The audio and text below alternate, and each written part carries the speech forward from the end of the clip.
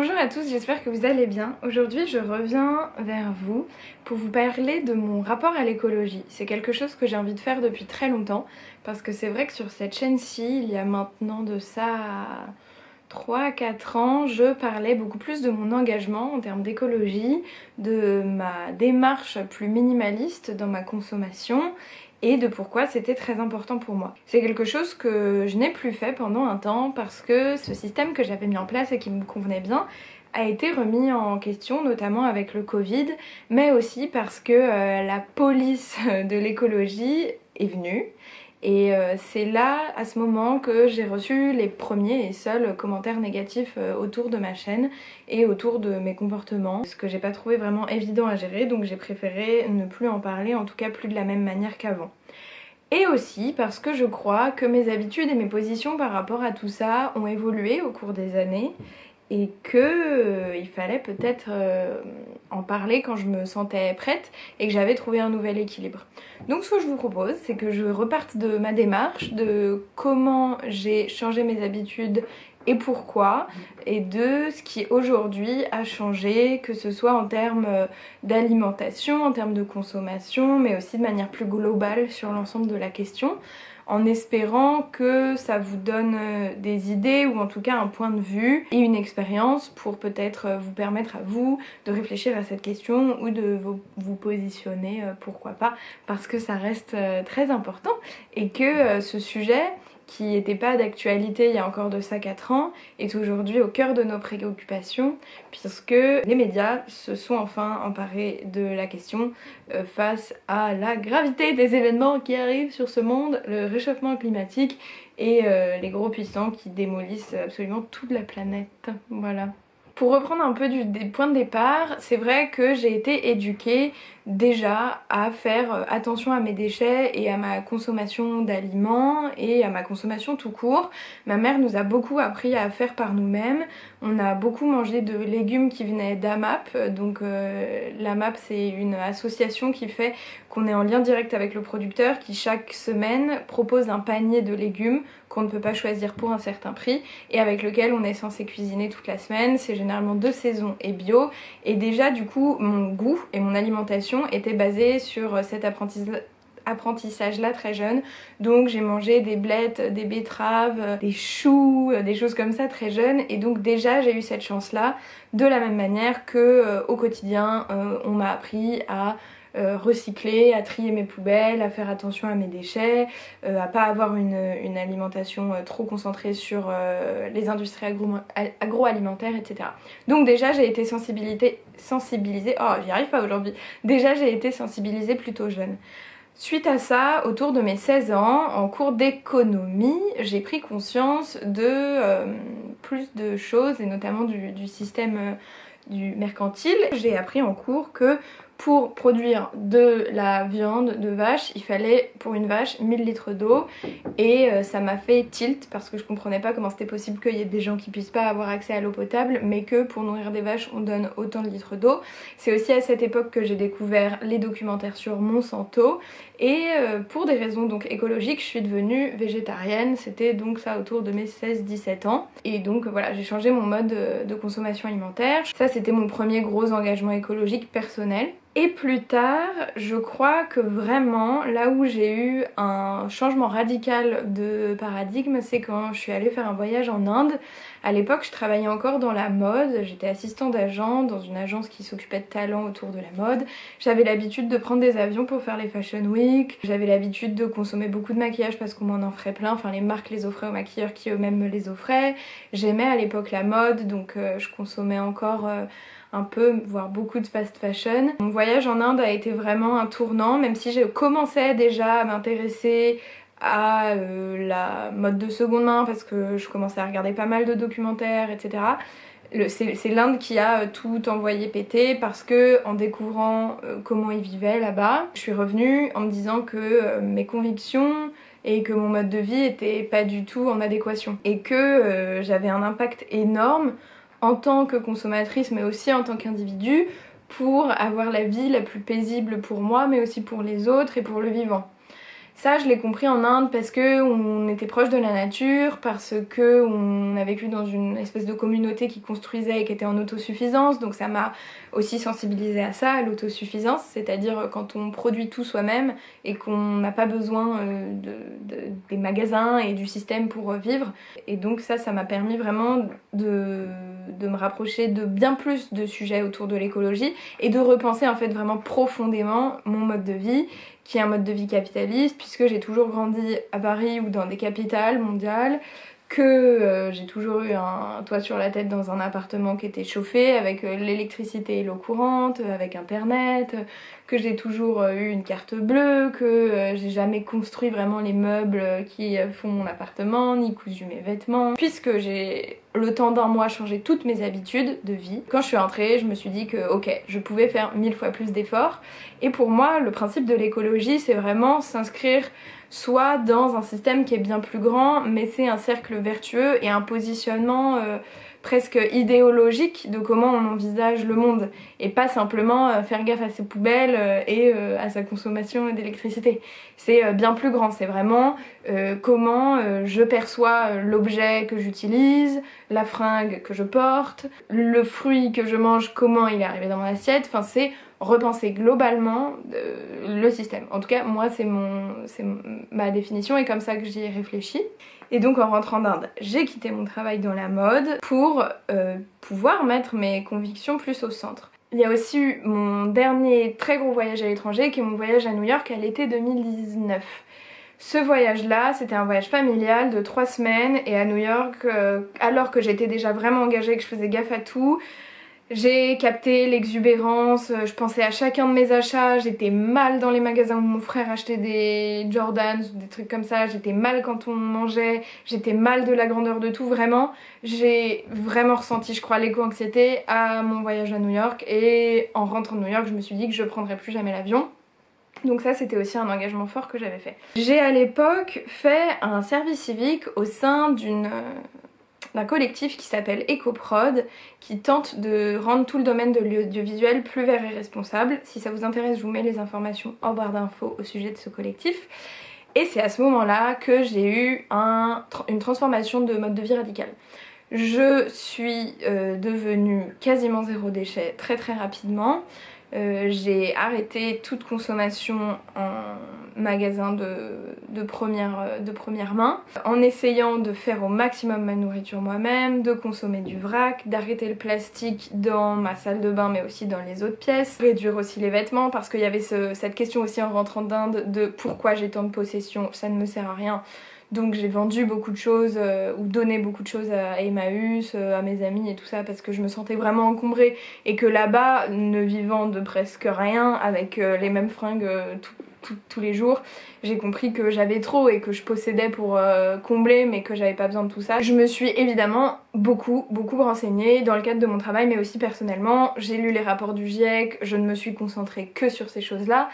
Et ça a été super parce que ça a été un vrai accélérateur. J'étais dans une entreprise entre guillemets avec des collègues qui partageaient les mêmes convictions que moi et du coup c'était super de pouvoir en parler, de savoir que j'étais pas seule dans ce mode de vie là, d'assister à des conférences, de rencontrer plein de personnes qui cherchaient des solutions et qui en trouvaient. Et donc là vraiment ça a été une grosse émulsion pour moi où j'ai vraiment viré quoi. Et je suis devenue en plus de ça très radicale sur mes positions parce que peut-être j'ai pris conscience de tout ça à un moment où j'avais à l'époque 23 ans, 24 ans je dirais, et que ça a été vraiment un choc et que en tant que jeune citoyenne qui se politisait, c'était aussi des questions plus grandes d'ordre pas métaphysique mais en tout cas d'un ordre plus grand et du coup ça me paraissait inconcevable qu'on se permette de détruire la planète et aussi que ce soit au détriment d'autres populations et que ce soit du fait d'une mauvaise répartition des richesses et d'un système capitaliste. Donc j'ai tenté de mettre au plus loin de moi ce système capitaliste, peut-être de manière trop utopique, peut-être de manière trop rapide et peut-être de manière aussi trop naïve parce que je plongeais dedans. Suite à ça, le Covid est arrivé. Et avec lui, son lot de grosses angoisses et de remise en question à nouveau. Le Covid m'a mis vraiment dans une sorte de paralysie Et c'est une année, une grosse année qui est très très floue pour moi, mais vraiment vraiment très très floue. C'est comme si aujourd'hui j'avais un peu annulé tout ça parce que je l'avais très très mal vécu, mais vraiment quoi. J'ai eu un truc de fin du monde terrible et de je vais mourir et comment je vais mourir, etc. Et qu'est-ce que je fais de tout ça, et c'était très dur. Avant le Covid, donc, j'avais déjà pris l'engagement, j'étais déjà végétarienne, ce qui est quand même l'industrie, enfin on sait que les gros leviers pour être plus engagé écologiquement, c'est quand même le transport, l'alimentation et la fast fashion. Du coup, je consommais plus de fast fashion, j'étais végétarienne, et là j'avais décidé de plus jamais prendre l'avion. Jamais. Ou en fait au tout début mon objectif c'était une fois tous les 3 ans. Le Covid arrive, je vis ça très mal, je suis toute seule dans un appartement et je me rends bien compte que alors que j'essaye d'être écolo, j'ai très envie de manger de la glace Häagen-Dazs. C'est simple, c'est débile, mais j'avais cette obsession bouffe de la glace Häagen-Dazs. Or, j'aime pas trop consommer des produits qui sont transformés et qui viennent de grands groupes. Mais ça m'a fait du bien. Après je me suis rendu compte aussi que en sortant du Covid j'avais envie de manger un McDo. Et du coup je suis allée manger chez McDo. Et pareil pour moi c'était dur d'accepter ça, et je l'ai fait un peu en cachette, mais je suis allée manger un McDo. Et puis après je me suis dit mais merde, j'ai été enfermée pendant 2 mois et c'était vraiment dur. Pourquoi je me prive de ces choses-là qui sont tellement minimes par rapport à l'immensité du pouvoir des gros états, mais surtout des grosses entreprises. Et donc j'ai arrêté d'être végétarienne pour revenir à un régime flexitarien, parce que j'aimais bouffer de la viande, que ça faisait quasiment 9 ans que j'en avais pas mangé, et que ça m'a fait très plaisir, et qu'à la sortie du Covid j'avais très envie de me faire plaisir, parce que ça a été une période psychologiquement hardcore. Les nouveaux confinements sont arrivés et du coup mon mode de consommation, notamment alimentaire, a changé. Et je suis devenue flexitarienne, à aller plus au supermarché, par manque de temps, par manque de moyens financiers aussi. Et parfois, j'avoue, je me suis fait plaisir et j'ai arrêté d'acheter des produits de beauté que naturels et bio et solides, parce qu'à un moment j'avais envie d'un démêlant qui sentait la noix de coco, et j'ai acheté le démêlant qui sentait la noix de coco, et avec énormément de culpabilité, et c'était dur pour moi de faire ces petits pas en arrière. Et c'est pour ça aussi je pense que j'ai arrêté un peu de parler sur cette chaîne de ça, parce que je comprenais pas trop comment j'avais pu prétendre à tant de choses si là je faisais des écarts. Puis j'ai grandi, je crois, enfin c'est aussi des moments où j'ai grandi, et la période Covid passant, je me suis beaucoup plus informée et j'ai recommencé à beaucoup mieux me renseigner sur les sujets de l'écologie. J'ai été capable de lire plus d'articles, de suivre des comptes qui me plaisaient, sans me culpabiliser, qui avaient de la nuance autour de ce sujet, et le fait que le sujet devienne un sujet central pour la société, ça m'a soulagée. Parce que d'un coup j'étais plus toute seule à me battre de mon côté, ou en tout cas j'étais plus la relou du groupe à être végétarienne et à faire gaffe à ça. Et j'ai senti un peu un élan de mon entourage qui en fait pour le coup me ressemble pas beaucoup. Mon entourage fait pas de cinéma et est pas écolo, enfin j'ai des amis de longue date qui font pas ça. Ma famille n'est pas nécessairement complètement barjot de ça, dans une sobriété totale, enfin voilà. Et ça m'a fait du bien, et alors ça m'a redonné un élan. Et je me suis dit, plutôt que de te flageller et de te culpabiliser H24, rends-toi compte déjà de tout le chemin que tu as parcouru. Et il est vrai que, puisque c'est un système et des nouveaux paradigmes que je réfléchis depuis des années maintenant, mais il y a plein de choses qui ont changé dans mon quotidien. Et en fait mon écologie elle est constante, c'est juste que je m'en rends plus compte. Parce que c'est devenu des habitudes tellement intégrées que j'ai l'impression de rien faire, mais que je les fais les gestes. À chaque fois quand je consomme, je me pose des questions, enfin je me les pose plus, c'est devenu des automatismes, mais je mange que de saison, je mange bio quand c'est le mieux, je mange local et un circuit court au maximum, je voyage en slow life, en slow voyage, ça fait 4 ans que j'ai pas pris l'avion.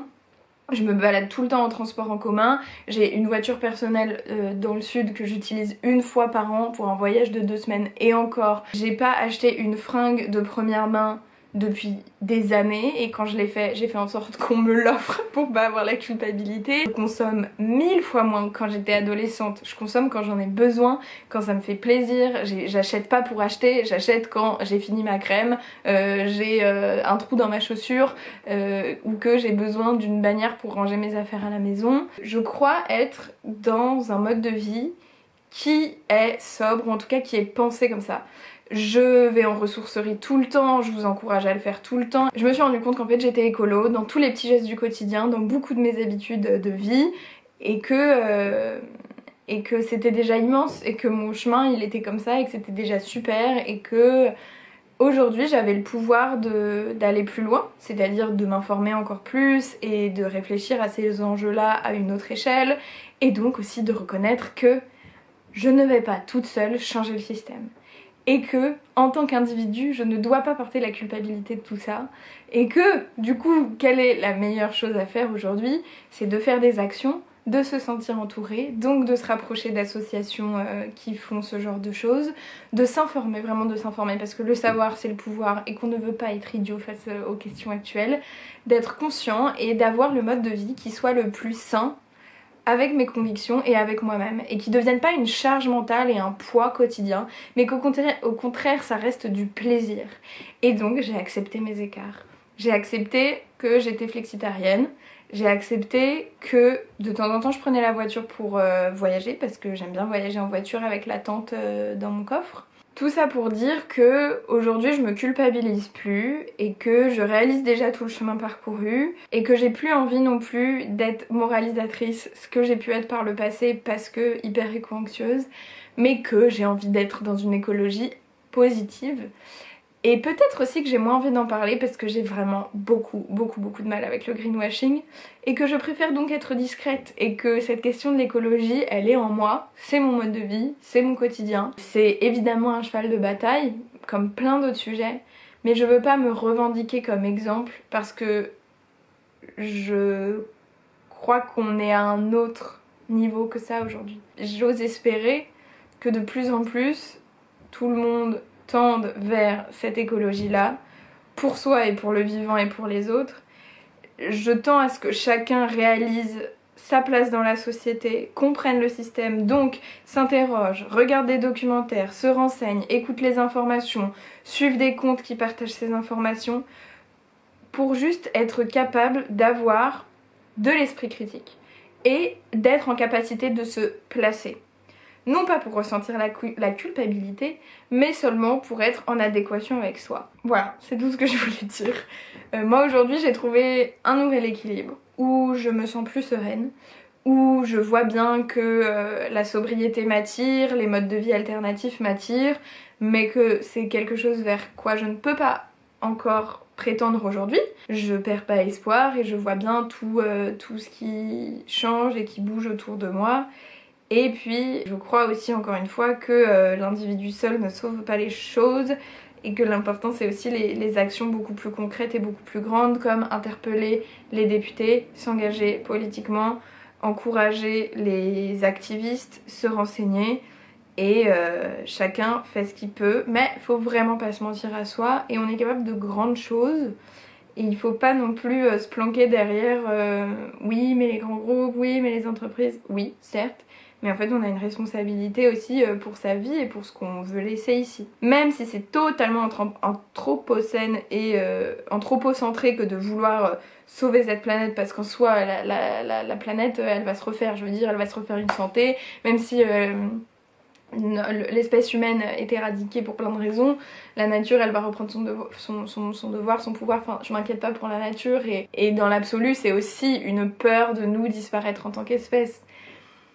Mais puisqu'on est des individus avec des contradictions et avec un désir de vie, alors ok, faisons en sorte que ce soit le moins pire possible et le plus beau et le plus doux et le plus joyeux et le plus sain pour nous et pour l'ensemble. Parce que ce qui compte c'est l'ensemble, on est quand même sur Terre pour être là avec les autres quoi, sinon ça n'a pas de sens. C'est remettre du sens au centre. Putain, je suis partie dans tous les sens, j'ai dit beaucoup de choses qui se sont mélangées mais j'espère que vous avez le propos. Le propos étant, je suis désolée, je pense pas reparler d'écologie ici parce que c'est devenu mon quotidien et que c'est trop intégré et trop des petits gestes pour que j'ai encore à les défendre à mon sens. D'autres le font mieux que moi et vous avez énormément aujourd'hui sur les réseaux sociaux de ressources à ce sujet-là. Je vous encouragerai quand même toujours et je valoriserai toujours les démarches positives qui vont dans ce sens-là et je les mettrai toujours en avant sur mes réseaux sociaux quand je le souhaite. Parce que de toute façon c'est mon mode de vie donc je vous parle de moi et de comment je fonctionne donc évidemment que c'est intrinsèquement on en parle. Mais surtout ce que je vous invite à faire, c'est de penser à votre position, de penser à vos privilèges, de vous tenir informé et de pas vous culpabiliser si de temps en temps vous avez besoin de voyager à l'étranger. C'est pas le top évidemment d'aller prendre un avion, mais si ça arrive une fois tous les 3 ans et que c'est un voyage dont vous rêvez, ou même si c'est pour retrouver des amis pas vus depuis des années et que c'est pas possible autrement, surtout si c'est pas possible autrement, alors faites-le. Et si c'est possible autrement, réfléchissez-y. Ça a changé ma vie de voyager autrement parce que j'ai pris conscience du temps et voilà, et de ce que ça faisait que d'aller retrouver quelqu'un dans un autre pays. Et ça change aussi notre rapport à la vie et comment on s'ancre dans l'immensité de l'humanité, de la planète, de tout le tremblement. Et moi ça m'a rendue malgré tout beaucoup plus joyeuse et beaucoup plus libre de penser et de réfléchir à l'écologie. Malgré l'éco-anxiété, etc. C'est des choses avec lesquelles on apprend à vivre. Bah c'est tout. J'espère que cette vidéo elle vous a plu, surtout si vous avez des questions, n'hésitez pas à me les partager en commentaire, je serai ravie d'y répondre. Je vous souhaite de trouver votre place et votre chemin dans ce gros bordel qui est la survie de notre espèce et la survie dans ce monde qui crame et qui n'a aucun sens. Mais bon, continuons à essayer d'en chercher un petit peu. Je vous souhaite une très bonne journée, après-midi, soirée en fonction de quand vous regardez cette vidéo. Si ce que j'ai raconté vous intéresse, n'hésitez pas à me soutenir en passant par la plateforme Patreon qui vous donne accès à du contenu exclusif pour un abonnement mensuel. Ça m'évite de faire des partenariats avec des marques qui seraient pas clean ou qui feraient du greenwashing ou qui resteraient des entreprises qui cherchent à faire du profit. Là vous soutenez mon travail en tant qu'artiste, je sais pas. Mais en tout cas, vous me soutenez autrement et moi ça me permet de continuer de créer, de faire des choses que j'aime ici. Et voilà.